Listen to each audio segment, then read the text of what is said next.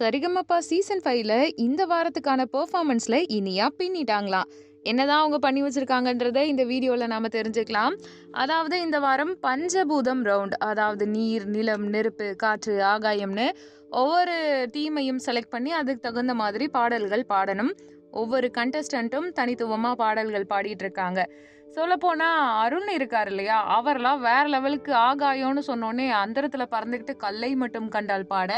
இன்னொரு பக்கம் சுஷாந்திகா பாத்தீங்கன்னா செம்ம கியூட்டா அவங்களுடைய பெர்ஃபார்மன்ஸை மழையில நனைஞ்சிட்டே ஷாலாலா சாங் பாடியிருக்காங்க. இந்த மாதிரி ஒவ்வொருத்தருமே ஒவ்வொரு மாதிரி தனக்கு பிடிச்ச மாதிரி பாடல்களை பாடிட்டு இருக்காங்க. இது எல்லாத்தையும் ஒரு யூடியூப் சேனல்ல பார்த்த விஷயத்த உங்ககிட்ட ஷேர் பண்ணிட்டு இருக்கேன். அதாகப்பட்டது என்ன அப்படின்னு பாத்தீங்கன்னா, ஒவ்வொரு ரவுண்ட்லயும் மெருகேத்துற மாதிரியும் யாரோ ஒருத்தர் செம்மையா பண்ணியிருப்பாங்க. இந்த வாரத்துல எல்லா பெஸ்ட் பெர்ஃபார்மன்ஸ்லயும் இது ஒரு தனி ரகமா இருக்கேன்னு ஃபீல் பண்ண வைப்பாங்க இல்லையா, அந்த மாதிரி அப்படி இனியாவுடைய பெர்ஃபார்மன்ஸ் இருந்தது.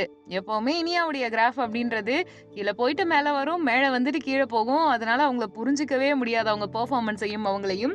அந்த மாதிரி பார்த்தீங்கன்னா அவங்களுடைய பெர்ஃபார்மன்ஸ் இந்த வாட்டி செம்மையா இருக்குன்னு சொல்றாங்க. அது மட்டும் இல்லாம அவங்க பாடி இருக்கக்கூடிய பாடல் அப்படின்றது சாமுராய் படத்தில் இருக்கக்கூடிய ஆகாய சூரியனை. ஸோ கெஸ்டா வரும் ரொம்ப மிரண்டு போயிட்டாராம், இந்த பொண்ணு இவ்வளோ நல்லா பாடியிருக்குன்னு.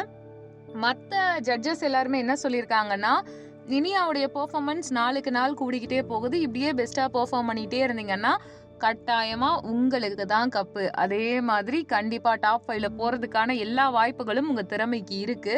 நீங்க விடாம பாடிக்கிட்டே இருங்க அப்படின்ற மாதிரி சொல்லியிருக்காங்க. ஸோ இனிமே பவித்ராவுடைய பெர்ஃபார்மன்ஸ் எப்படி இருக்க போகுது, மீதி பெர்ஃபார்மன்ஸ் எல்லாம் எப்படி இருக்க போகுது, இனியாவோடது பார்த்தாச்சு அப்படின்னும் பொழுது ஒரே குழப்பமா இருக்கு. எல்லாருடைய பெர்ஃபார்மன்ஸை வச்சு யார் யாரெல்லாம் தேர போறாங்க, யார் யார் எலிமினேட் ஆக போறாங்க, டபுள் எவிக்ஷன் இருக்கா, இந்த கேள்விக்கான பதில் இந்த வாரத்தில் தெரிய வந்துரும்.